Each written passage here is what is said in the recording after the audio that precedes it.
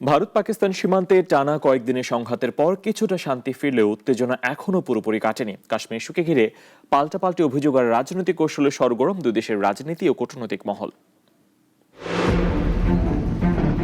টানা সংঘাত আর গোলাগুলির পর ভারতের সঙ্গে আলোচনার টেবিলে ফিরছে পাকিস্তান।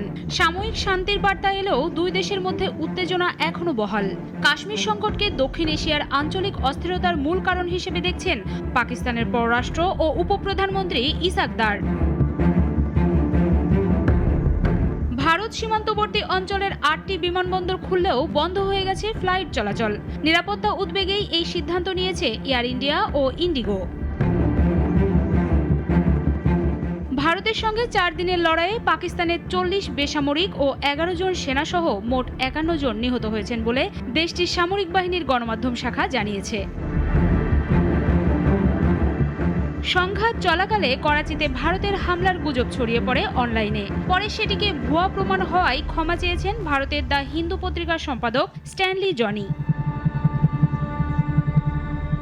অন্যদিকে অভিযানের সাফল্য ঘিরে দেশজুড়ে তেরঙ্গা যাত্রা কর্মসূচি শুরু করেছে বিজেপি। দলটির দাবি, সেনাদের সাহস ও সাফল্য তুলে ধরতেই এই যাত্রা। তবে বিরোধীদের মতে এটা রাজনৈতিক সুবিধা নেয়ার কৌশল মাত্র।